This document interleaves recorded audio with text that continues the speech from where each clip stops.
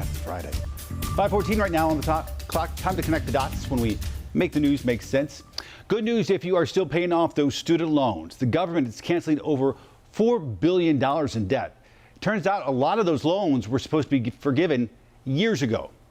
A major overhaul to student loan forgiveness. So who gets their debts erased? Let's connect the dots.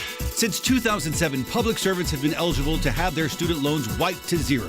That's people like first responders, military members, nurses, and teachers. The government said all they had to do was make monthly payments and work in those jobs for 10 years. Sounds simple, right? Turns out, not so much.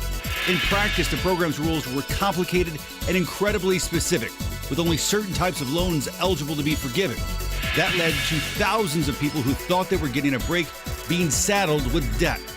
The U.S. Department of Education says over 90% of the people who applied for the program were denied. That's where this overhaul by the Biden administration comes in.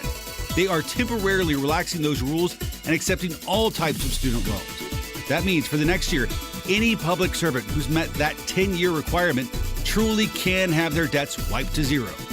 And that is connecting the dots. And you're probably asking, Ben, what if I'm not a nurse or a teacher? Do I have a shot of getting my student loans forgiven too? Well, we've got to wait and see.